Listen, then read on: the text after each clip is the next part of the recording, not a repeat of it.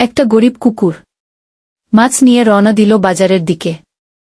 ভেবেছিল মাছ বিক্রি করে চাল মুরগির মাংস কিনবে, ফ্যামিলির মুখে হাসি ফুটাবে। কিন্তু হঠাৎ দুইটা দুষ্টু কুকুর এসে তার পথ আটকে দিল।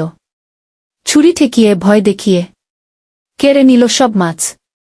কান্নায় ভেঙে পড়ল গরিব কুকুরটা। তার চোখে জল দেখে থেমে গেল দুষ্টু কুকুরগুলো। মনের ভেতর যেন একটা কাঁপুনি, একটা মায়া জেগে উঠল। তারা চুপচাপ মাছগুলো ফেরত দিয়ে দিল। ছুটে গেল বাজারে, মাছ বিক্রি করে কিনে আনল চাল মুরগি, আর ফিরে গেল নিজের ছোট্ট ঘরে। বাজার দেখে খুশি হল তার পরিবার।